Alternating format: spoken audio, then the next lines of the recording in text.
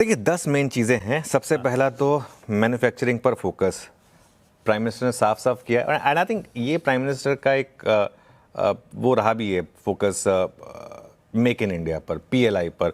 तो capital goods, EMS, electronic companies, industrials, logistics, component companies, इन सब पर नज़र रखें। एक समय था हम 75% स्मार्टफोन इंपोर्ट करते थे। आज देश का एक भी स्मार्टफोन ऐसा नहीं जो हम इंपोर्ट करते हैं, सारा खुद बनाते हैं और उल्टा एक्सपोर्ट करते हैं। पूरी मैन्युफैक्चरिंग चेन भारत में हो, ये असेंबली से लेके कंपोनेंट, डिज़ाइन, फिनिश प्रोडक्ट, ये सब भारत में हो। तो manufacturing as a theme, and अगर आप देखेंगे पिछले 4-5 साल में किसी और ने पैसा बनाया है ना बनाया हो, मैन्युफैक्चरिंग ने बहुत पैसा बनाया है अगर आप एकदम सही स्पेस में रहे हैं मैन्युफैक्चरिंग में। आई थिंक जो सबसे इंपॉर्टेंट मुझे लगी ना बात, वो थी सेमीकंडक्टर पर पुश, क्योंकि आई थिंक इट्स टाइम कि हम सेमीकंडक्टर पर पुश डालें। एक ताइवान जैसी कंट्री अगर सेमीकंडक्टर से इतना पैसा बना सकती है तो हम क्यों नहीं कर सकते आशीष।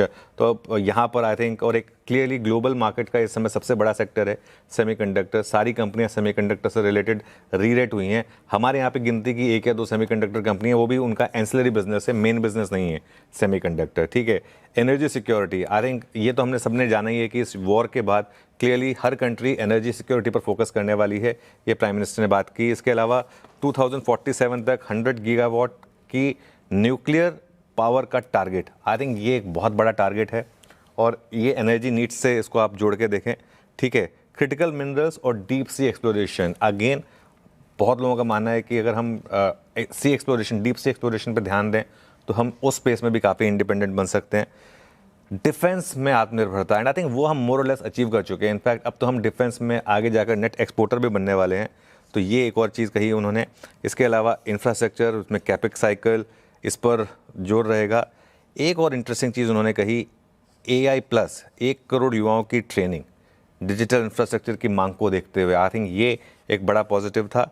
और आखिरी चीज़ जो उन्होंने कही, जो थोड़ी सी इमोशनल है सबके लिए, कि फॉर्च्यून 500 कंपनीज़ में 50 भारतीय कंपनियां हो। हमारे यहाँ आई थिंक 1 या 2 होती हैं, है ना। 50 भारतीय कंपनियां हो, दुनिया के टॉप 5 बैंकों में से एक भारतीय बैंक हो, अब वो SBI बने, HDFC बैंक बने, ये, और टॉप 5 फार्मा कंपनियों में एक भारत की कंपनी हो। तो ये रोड मैप था 2047 के लिए।